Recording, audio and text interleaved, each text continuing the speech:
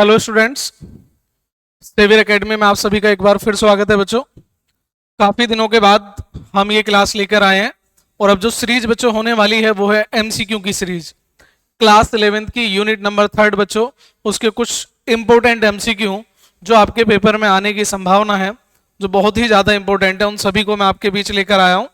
तो चलिए बच्चा देख लेते हैं। आपके सामने है क्लास 11th का पहला एमसीक्यू बेटा, यूनिट नंबर 3 का पहला एमसीक्यू। क्वेश्चन है बच्चा आपके सामने, मैनलीफ की आवर्त सारणी में से निम्नलिखित में से किसे समझाया जा सकता है। तो ध्यान दें बच्चा, मैनलीफ की आवर्त सारणी, सबसे पहले आपको इसमें जानना चाहिए बेटा कि आवर्त सारणी का जब आप इतिहास पढ़ते हैं तो उसमें बहुत सारे वैज्ञानिकों के नाम आते हैं। जैसे सबसे पहले नाम आता है बेटा प्राउड का। तो प्राउड नामक वैज्ञानिक ने एक कल्पना की थी कि जितने भी परमाणु हैं वो सभी हाइड्रोजन से मिलकर बने होते हैं। ठीक है। उसके बाद एक साइंटिस्ट हुए जिनका नाम था डोबराइनर, कहीं कहीं उसे डोबेराइनर पढ़ा जाता है। तो डोबराइनर या डोबेराइनर ने बच्चा एक नियम दिया था जिसको बोलते हैं हम त्रिक नियम। कौन सा नियम बोलते हैं बच्चा? त्रिक नियम। इसलिए समझा रहा हूं एमसीक्यू के साथ साथ, जिससे आपके पेपर में ये दो नियम आने की संभावना रहती है, एक तो त्रिक नियम और एक न्यूलैंड का अष्टक नियम। कौन कौन सा बच्चा? एक तो त्रिक नियम और एक न्यूलैंड का अष्टक नियम बेटा। ठीक है। तो इन नियम के बारे में आप एक बार जरूर देख लेंगे। तो त्रिक से ही बेटा क्लियर है। त्रिक का मतलब होता है बच्चा तीन। इसका मतलब तीन तत्वों को लेकर कोई बात कही गई है और बिल्कुल साफ साफ बात है बेटा कि तीन तत्व अगर परमाणु भार के बढ़ते क्रम में रखे जाएं तो जो बीच वाला तत्व है उसका परमाणु भार शेष दोनों के योग का आधा होता है। त्रिक नियम। मान लीजिए बेटा तीन क्रमागत परमाणु हैं, ए बी और सी। तीन क्रमागत परमाणु है बच्चा, ए बी सी। इन तीनों परमाणुओं को परमाणु भार के बढ़ते क्रम में रखा जाए तो जो बीच वाले तत्व का परमाणु भार है बी, वो शेष दोनों के योग का आधा होता है। शेष दोनों के योग का आधा होता है बच्चा। ठीक है। आप इसे ये भी कह सकते हैं शेष दोनों का माध्य होता है। क्लियर। इसके बाद एक साइंटिस्ट थे जिनका नाम था न्यूलैंड बेटा। क्या नाम था? न्यूलैंड। तो न्यूलैंड ने अपना दिया था बेटा अष्टक नियम। कौन सा नियम दिया था? अष्टक नियम। एमसीक्यू से ज्यादा हम यहां पढ़ाने की कोशिश करेंगे क्योंकि एमसीक्यू जितने हम लेके आए हैं उसके बाहर भी अगर कभी बने कोई तो यहां से क्लियर हो जाए। तो न्यूलैंड ने दिया था बेटा अष्टक नियम, और अष्टक नियम ये था कि जिस प्रकार संगीत में सुर होते हैं बेटा सात, सा रे गा मा पा धा नी और लास्ट में आ जाता सा। जिस प्रकार संगीत का आठवां सुर पहले सुर से समानता रखता है बच्चा, जिस प्रकार संगीत का आठवां सुर पहले सुर से समानता रखता है, ठीक उसी प्रकार यदि तत्वों को परमाणु भार के बढ़ते क्रम में रखा जाए, तत्वों को परमाणु भार के बढ़ते क्रम में रखा जाए तो ठीक आठवां तत्व पहले तत्व से समानता रखता है। क्लियर। चलिए बेटा अब आगे बढ़ते हैं एमसीक्यू की तरफ। सबसे पहले ये बात और जान लीजिए बेटा, मैनलीफ की आधुनिक आवर्त सारणी से, मतलब मैनलीफ की जो संशोधित आवर्त सारणी थी बच्चा, उससे पहले तक जितने भी नियम दिए गए सब परमाणु भार के आधार पर दिए गए हैं। क्लियर बच्चा। तो पहला क्वेश्चन देखेंगे, मैनलीफ की आवर्त सारणी किसके आधार पर है बेटा? ठीक है। तो मैनलीफ की आधुनिक आवर्त सारणी किसे समझाया जा सकता है? हाइड्रोजन की स्थिति, समस्थानिकों की स्थिति, कि किसी विशेष वर्ग में उपस्थिति, या परमाणु भार के बढ़ते क्रम में तत्वों की व्यवस्था। यहां से आपको बेटा एक चीज और समझने वाली है, वो है कि परमाणु भार, देखिए मैनलीफ के दो नियम आते हैं बेटा। एक वर्ड था बेटा मैनलीफ का मूल आवर्त नियम। मैनलीफ का मूल आवर्त नियम। ठीक है बेटा। तो मैनलीफ का मूल आवर्त नियम बच्चा क्या कहता है? मैनलीफ का मूल आवर्त नियम कहता है कि तत्वों के भौतिक और रासायनिक गुणधर्म, तत्वों के भौतिक और रासायनिक गुणधर्म उनके परमाणु भारों के आवर्ती फलन होते हैं बेटा। किसके? परमाणु भारों के आवर्ती फलन होते हैं। जिन्होंने थोड़ा बहुत पढ़ा है बेटा उनका बहुत अच्छे से रिवीजन हो जाएगा बच्चा। क्या बोल रहा हूं मैं? कि तत्वों के भौतिक और रासायनिक गुणधर्म उनके परमाणु भारों के आवर्ती फलन होते हैं। इसे मूल आवर्त नियम कहते हैं बच्चा। और एक वर्ड था आधुनिक आवर्त नियम। कौन सा? आधुनिक आवर्त नियम। ठीक है। और आधुनिक आवर्त नियम क्या है बच्चा? आधुनिक आवर्त नियम में बस परमाणु भार की जगह परमाणु क्रमांक को रखा जाता है बेटा। किसको? परमाणु क्रमांक को। इसका मतलब क्या हुआ? इसका मतलब हुआ कि तत्वों के भौतिक और रासायनिक गुणधर्म उनके परमाणु क्रमांकों के आवर्ती फलन होते हैं। लेकिन परमाणु क्रमांक की खोज मेंडलीफ की मूल आवर्त सारणी के बाद में हुई थी। ठीक है, और जिस वैज्ञानिक ने परमाणु क्रमांक की खोज की थी उसका नाम था बच्चा मोसले। क्या नाम था? मोसले। क्लियर है बेटा यहां तक? चलिए, तो जल्दी से आप इसका आंसर कमेंट करेंगे बेटा, तेजी से। पहले क्वेश्चन का आंसर आप मुझे कमेंट करके बताएंगे बेटा।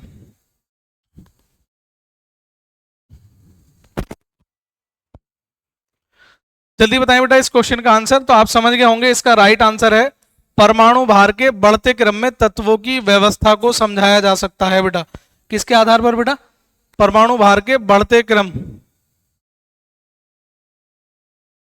चलिए आगे बढ़े बेटा, सेकंड क्वेश्चन की तरफ चलते हैं बेटा हम। देखिए बेटा जरा, सेकंड क्वेश्चन आपके सामने है। क्वेश्चन है बच्चा, आधुनिक आवर्त सारणी में, अभी अभी बात की थी, आधुनिक आवर्त सारणी में निम्नलिखित में से किसको व्यक्त करते हैं बेटा? आधुनिक आवर्त सारणी में आवर्त निम्नलिखित में से किसे व्यक्त करते हैं बेटा? तो ध्यान रहे, परमाणु को नहीं, परमाणु द्रव्यमान को नहीं, क्योंकि आधुनिक आवर्त सारणी तो परमाणु भार के आधार पर है भी नहीं, तो भी वैसे गलत हो गया। मुख्य क्वांटम संख्या या द्विगंशीय क्वांटम संख्या। अब आप कहेंगे सर ये क्वेश्चन तो एटॉमिक स्ट्रक्चर से है, परमाणु संरचना से है, लेकिन आप ध्यान दें बेटा इसमें कि आधुनिक आवर्त सारणी में ही जिक्र हुआ है। किसका जिक्र हुआ है? आवर्त का। तो आवर्त की जानकारी कहां से मिलती है बेटा? आवर्त की जानकारी मिलती है मुख्य क्वांटम संख्या से। किससे बच्चा? मुख्य क्वांटम संख्या से। तो राइट आंसर क्या हो गया इसका? मुख्य क्वांटम संख्या। और आपको थोड़ा सा रिवाइज करा दूं बेटा, क्वांटम संख्याएं 4 प्रकार की होती थी, एन, एल, एम और एस।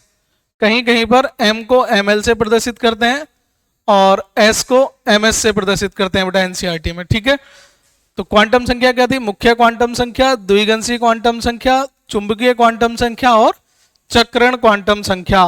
तो मुख्य क्वांटम संख्या का मान अगर 2 है तो इसका मतलब है कि आवर्त की संख्या 2 है, मतलब दूसरे आवर्त की आप बात कर रहे हैं। ठीक है बच्चा, और अगर मुख्य क्वांटम संख्या का मान 4 है तो इसका मतलब आप फोर्थ आवर्त की बात कर रहे हैं। किसकी बात कर रहे हैं बेटा? फोर्थ आवर्त की। क्लियर बेटा यहां तक? चलिए आगे बढ़े थोड़ा सा, हम नए क्वेश्चन की तरफ चलते हैं बेटा। क्वेश्चन नंबर 3 आपके सामने है। जल्दी से बेटा कमेंट करके बताएं तेजी से, अगर आपका रिवीजन चल रहा है बेटा। किस आवर्त सारणी को बोर की आवर्त सारणी के रूप में भी जाना जाता है? लोथर-मेयर का वक्र। ठीक है बेटा, ये डोबेराइनर के बाद दिया गया था। मेंडलीफ की आवर्त सारणी, आधुनिक आवर्त सारणी या दीर्घ आवर्त सारणी? तो बच्चा आवर्त सारणी जो है बोर की आवर्त सारणी के नाम से जिसे आप जानते हैं उसे आप आधुनिक आवर्त सारणी कह सकते हैं या दीर्घाकार आवर्त सारणी कह सकते हैं। इस क्वेश्चन में आपको 2 आंसर देखने को मिलेंगे, आधुनिक आवर्त सारणी, दीर्घाकार आवर्त सारणी या बोर-बरी की आवर्त सारणी। ठीक है बच्चा, तो उस आवर्त सारणी को आप क्या कहते हैं बेटा? बोर की आवर्त सारणी भी कहते हैं बेटा। ठीक है, तो जल्दी जल्दी कमेंट कीजिए बेटा। नेक्स्ट क्वेश्चन है, क्वेश्चन है बेटा आवर्त सारणी में, ठीक से ध्यान देंगे बेटा, क्वेश्चन कहीं से कोरिलेट करता हुआ, जल्दी से पढ़ें। आवर्त सारणी में दूसरा तत्व गुणों में समान है। आवर्त सारणी में दूसरा तत्व गुणों में समान है। पहले तत्व के, 10वें तत्व के, 8वें तत्व के या 5वें तत्व के? ठीक है, दूसरा तत्व किसके समान है बेटा? जल्दी से बताएंगे। देखें, अष्टक नियम में हमने कहा था जो 8 तत्व होते हैं, 8 के बाद या तो दूसरा तत्व, देखें बेटा दूसरा तत्व कौन होता है? हीलियम। कई तरीके से आंसर दे सकते हैं, कौन सा है बेटा? हीलियम। हीलियम के बाद गुणों में कौन समान होता है? तो इस परिवार में जो सबसे नीचे तत्व होता है वो क्या होता है बेटा? नियोन। हीलियम दूसरे नंबर पे है, नियोन 10वें नंबर पर है। तो आंसर कौन सा हो गया बेटा? 10। 10वें तत्व में, तो जो दूसरा तत्व है वो गुणों में किसके समान होता है? 10वें तत्व में। अष्टक नियम का पालन कर सकते हैं कि 8 तत्व के बाद, ठीक है। नहीं तो ये जो हीलियम है दूसरे नंबर पे, नियोन है, आर्गन है, क्रिप्टॉन है, जिनोन है और रेडोन है, ये सारे के सारे बेटा लास्ट वाले ग्रुप के तत्व हैं जिसे आप शून्य ग्रुप कहते हैं, या जिसे आप क्या कहते हैं बच्चा? Group number 18। याद करने के लिए आपके पास बहुत सारे फोनिक्स होते हैं। हीरो ने आमिर खान को जेल में रगड़ा, हीना नीना और करीना का एक्सरे रंगीन। कई सारे तरीके से आप इसे याद कर सकते हैं बच्चा, ठीक है। तो दूसरा तत्व बेटा किससे गुणों में समानता रखता है? तो राइट आंसर क्या हुआ बेटा? 10वें तत्व से। किससे? 10वें तत्व से। और 10वां तत्व कौन सा होता है? Neon is the right answer बेटा। क्लियर? चलिए आगे बढ़ते हैं बेटा, तेजी से आंसर बताएंगे बेटा। आवर्त सारणी में 17 वर्ग में ऊपर से नीचे जाने पर क्या बढ़ेगा? आवर्त सारणी में वर्ग 17 में ऊपर से नीचे जाने पर क्या बढ़ेगा? देखिए जब आप किसी भी में भी वर्ग 17 पहले देख लेते हैं कौन सा होता है। वर्ग 17 बेटा ये फ्लोरीन, क्लोरीन, ब्रोमीन और आयोडीन, ठीक है। इसके बाद एक और तत्व होता है वैसे एस्टेटिन। इन चारों तत्वों को बोलते हैं बेटा हैलोजन। क्या बोलते हैं? हैलोजन। मैंने कहा ना कि यहां से आपको बहुत सारी चीजें कवर होती चली जाएंगी, केवल एमसीक्यू के बारे में बात नहीं कर रहे हैं, और भी बहुत सारे वर्ड आपको यहां से सुनने में मिलेंगे। हैलोजन क्यों कहते हैं बेटा? कि हैलोजन एक ग्रीक वर्ड है जिसका मतलब होता है, हैलो का मतलब होता है बेटा हैलोजन। चलिए इसको भी क्लियर कर देता हूं। हैलो का मतलब होता है बेटा सी सॉल्ट, मतलब समुद्री लवण, और जंस का मतलब होता है टू बॉर्न, मतलब समुद्री लवण पैदा करने वाले। आप देखेंगे आयोडीन, ब्रोमीन, क्लोरीन सबके सब कहां से मिलते हैं बेटा? आपको समुद्री शैवालों से मिलते हैं मेनली, यानी कि समुद्र से मिलते हैं, समुद्री लवण इनमें बनते हैं, ठीक है बेटा। यहां तक चलिए यहां तक क्लियर हो गया बेटा। फ्लोरीन, क्लोरीन, ब्रोमीन, आयोडीन ये सारे तत्व हैं जो ग्रुप नंबर 17 में है। अब इसने पूछा है ऊपर से नीचे जाने पर क्या बढ़ता है, तो आंसर है त्रिज्या। क्या है बच्चा? त्रिज्या। उसके बारे में अभी हम बात करेंगे। तो किसी भी वर्ग में ऊपर से नीचे जाएं, किसी भी वर्ग में बेटा, ग्रुप नंबर 1 से लेके 18 तक, अगर आप किसी भी वर्ग में ऊपर से नीचे जाते हैं तो परमाणु त्रिज्या बढ़ती है। दोबारा ध्यान देंगे बेटा, अगर आपके पास परमाणु त्रिज्या ऑप्शन में आंसर है तो किसी भी वर्ग की बात करें उसमें आपकी जो है बेटा परमाणु त्रिज्या हमेशा बढ़ती है, ठीक है। 4 टॉपिक हैं जो आपके सिलेबस में है इस यूनिट में, आवर्ती गुणधर्म में। मैं चारों को बता देता हूं एक बार। एक था बेटा परमाणु त्रिज्या, जिसे आप फर्दर आगे आयनिक त्रिज्या के नाम से भी जानेंगे अगर आप आयन की बात करेंगे तो। दूसरा वर्ड था बेटा आयनन विभव, नोट कर लेना बेटा जो चीजें मैं बता रहा हूं आपको, आयनन विभव। तीसरा था बेटा इलेक्ट्रॉन बंधुता। कौन सा वर्ड था बेटा? इलेक्ट्रॉन बंधुता। और चौथा वर्ड था बच्चा विद्युत ऋणात्मकता। कौन सा वर्ड था बच्चा? विद्युत ऋणात्मकता।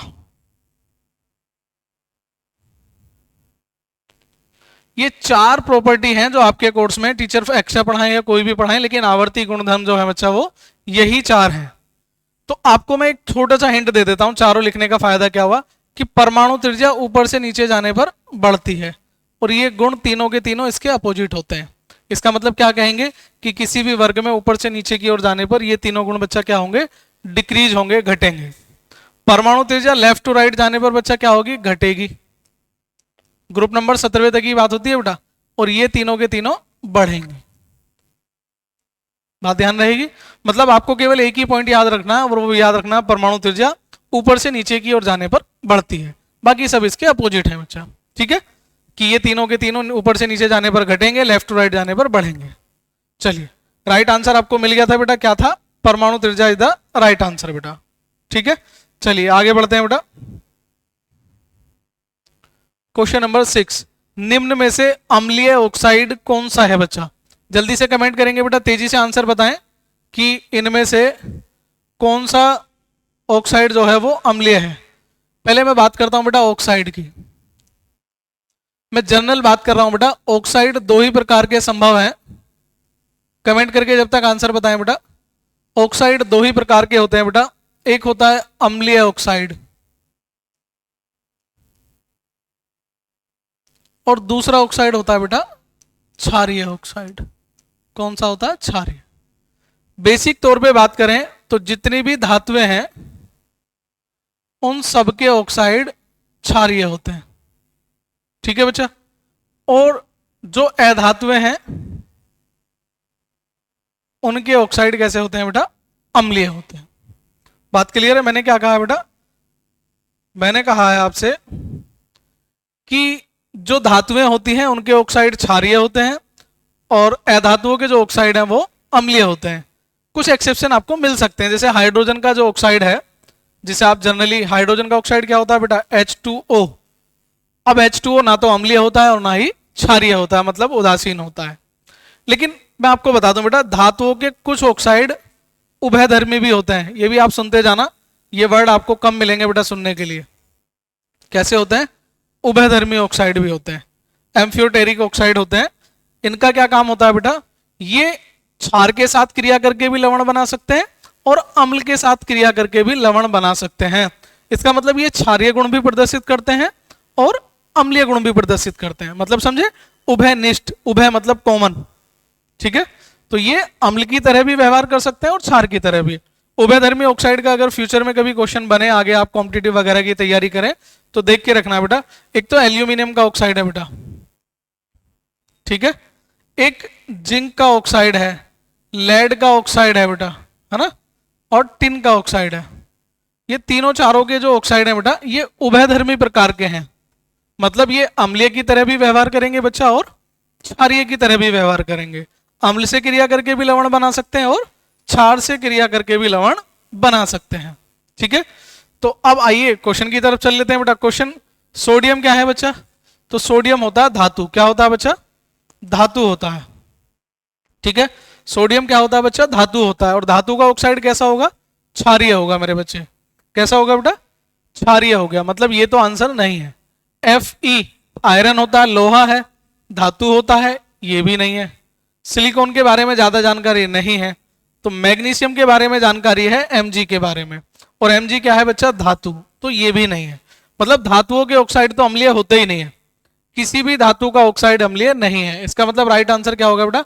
SiO2, जिसे आप पढ़ते हैं सिलिका। क्या पढ़ते हैं बच्चा? सिलिका बोलते हैं इसे। क्लियर? तो राइट आंसर क्या है आपके पास? Option number C. क्लियर? चलिए, आपको ये पीपीटी भी मिल जाएगी। आगे बढ़ते हैं बेटा। Question number 7। क्वेश्चन नंबर 7 आपके सामने है। दीर्घाकार आवर्त सारणी में तत्वों को कितने ऊर्ध्वाधर स्तंभों में बांटा गया है? सबसे आसान क्वेश्चन है, इसका आंसर आपको पता होगा। ये होते हैं बेटा ऊर्ध्वाधर स्तंभ, ये होती है क्षैतिज पंक्तियां। दो वर्ड होते हैं, एक तो होता है बेटा क्षैतिज, ठीक है, और यहां लिखा हुआ बेटा ऊर्ध्वाधर। दो तरह के वर्ड हैं, क्षैतिज और ऊर्ध्वाधर। तो ऊर्ध्वाधर ये वाली लाइन होती है, क्षैतिज ये होती है। क्षैतिज पंक्तियों को आवर्त कहते हैं आवर्त सारणी में, और ऊर्ध्वाधर को वर्ग बोलते हैं। क्या बोलते हैं बेटा? वर्ग। समूह भी बोलते हैं इन्हीं को, और इंग्लिश में ग्रुप बोलते हैं। ध्यान रखें बेटा, अलग अलग नाम से अगर आपको क्वेश्चन देखने को मिले तो वर्ग, समूह और ग्रुप एक ही बात होती है, जिन्हें ऊर्ध्वाधर कहते हैं। और आवर्त को इंग्लिश में बोलते हैं पीरियड, इसीलिए हम इसको नाम देते हैं पीरियोडिक टेबल। क्या नाम देते हैं? Periodic table. क्लियर यहां तक? तो एक बात तो समझ में आ गई कि ऊर्ध्वाधर स्तंभ किसके बारे में बात कर रहा है बेटा? वर्ग के बारे में या समूह के बारे में, ठीक है। किसके बारे में बात कर रहा है बच्चा? समूह के बारे में। तो ध्यान रखना बेटा, समूह 7 नहीं होते हैं, समूह 7 नहीं होते हैं। अब ये बात तो क्लियर हो गई। अगर 7 नहीं होते हैं तो कितने होंगे बेटा? 18, क्योंकि आवर्त सारणी में आवर्त 7 होते हैं और वर्ग 18 होते हैं। तो आप इसे इस बात से भी ध्यान रख सकते हैं, समूह 7 नहीं होते। 7 नहीं होते तो बच्चा राइट आंसर क्या हो जाएगा? 18, ठीक है। नेक्स्ट क्वेश्चन की तरफ चलते हैं जल्दी से, तेजी से। चलिए, नेक्स्ट क्वेश्चन है बेटा, निम्न में से डी ब्लॉक का सामान्य इलेक्ट्रॉनिक विन्यास क्या है? तो ये क्वेश्चन बेटा बोर्ड में, ये 12th बोर्ड में, यूपी 12 लिख रहा हूं, इसका मतलब समझ जाना, 12th बोर्ड में ये क्वेश्चन कई बार आ चुका है बेटा, रिपीटेड क्वेश्चन है। अब आप कहेंगे सर ये तो 11th में दिया हुआ है, फिर 12th में ऐसा रिपीटेड क्यों है? क्योंकि बच्चा 12th में एक चैप्टर है जिसका नाम है, क्या है बच्चा? डी एंड एफ ब्लॉक के एलिमेंट्स, डी और एफ ब्लॉक के तत्व। तो डी और एफ ब्लॉक के तत्व हैं, उनका इलेक्ट्रॉनिक विन्यास यहां से पूछा जाता है।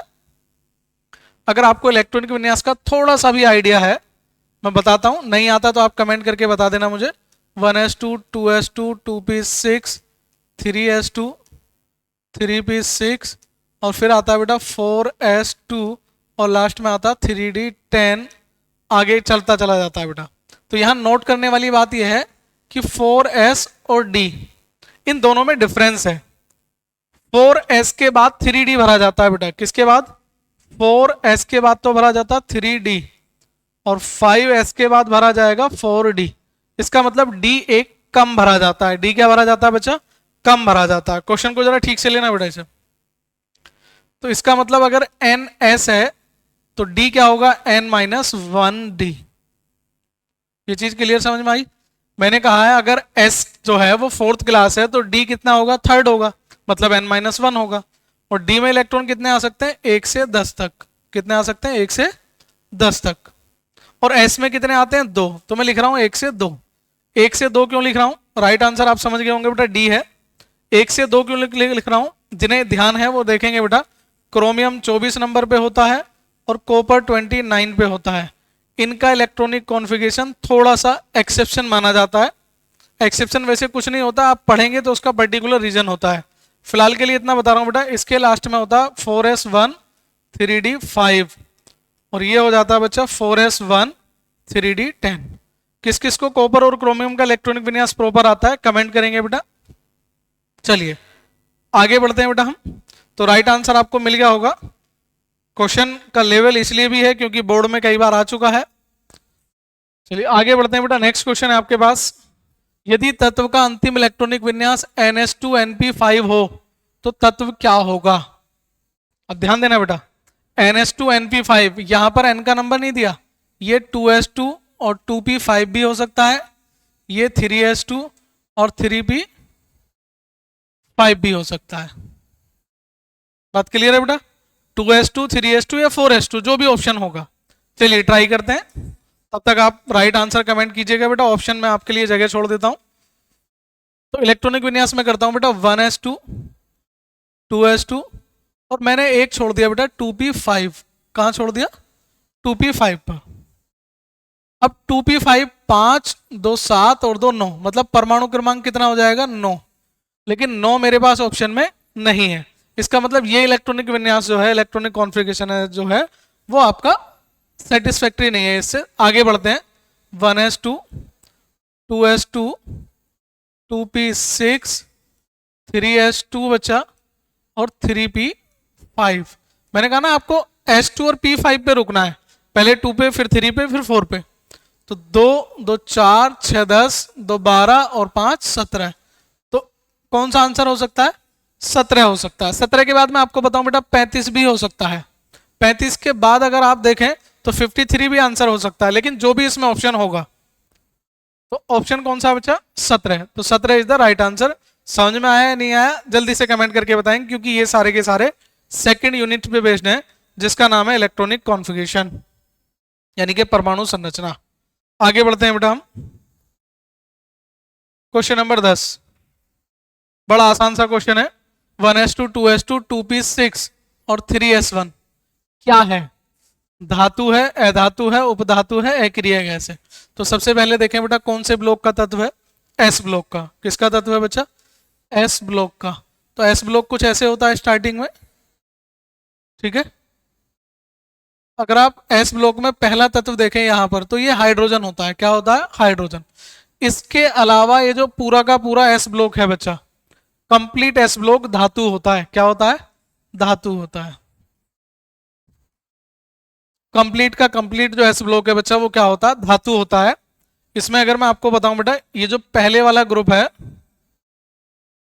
इसे ग्रुप नंबर 1 और एक को ग्रुप नंबर 2 कह सकते हैं। तो रोमन में इसे फर्स्ट है और सेकंड है बोलते हैं, ठीक है। ये क्वेश्चन भी नोट कर लेना। फर्स्ट ए के जो ग्रुप है इसमें अगर आप हाइड्रोजन को हटा दें, मैंने कहा था आपसे, तो फर्स्ट ए के तत्वों को बोलते हैं हम क्षारीय धातुएं। क्या बोलते हैं बेटा? क्षारीय धातुएं, क्योंकि इनसे ज्यादा क्षारीय गुण किसी के नहीं होते। और दूसरे वाला जो ग्रुप है इसको बोलते हैं बच्चा क्षारीय मृदा धातुएं। क्या पढ़ते हैं? क्षारीय मृदा धातुएं। कमेंट करके बताएंगे बेटा सेकंड ए को तत्वों को क्षारीय मृदा धातुएं क्यों कहते हैं। सेकंड ए के तत्वों को क्षारीय मृदा धातुएं क्यों कहते हैं, ये आपको कमेंट करके मुझे बताना है। क्लियर है बच्चा? यहां तक आगे बढ़ें तो पहले आंसर देख लेते हैं बेटा। एस ब्लॉक का तत्व क्या होगा? धातु होगा। क्या होगा बच्चा? धातु होगा। ठीक है, चलिए, तो ये तो बात क्लियर हो गई। एस ब्लॉक के जितने भी तत्व हैं उनमें हाइड्रोजन को छोड़कर शेष सभी धातु होते हैं। डी ब्लॉक के जितने भी तत्व हैं सबके सब धातु होते हैं। एफ ब्लॉक के जितने भी तत्व हैं धातु होते हैं। केवल पी ब्लॉक ऐसा ब्लॉक है बच्चा जिसमें धातु, अधातु और उपधातु तीनों प्रकार के तत्व पाए जाते हैं। ठीक है बच्चा, तो मैं चाहता हूं ये सारे क्वेश्चन आप कर लेंगे। तो आज के लिए बच्चा यही छोड़ते हैं, मिलेंगे नेक्स्ट वीडियो में। तब तक के लिए जय हिंद, जय भारत, धन्यवाद बेटा।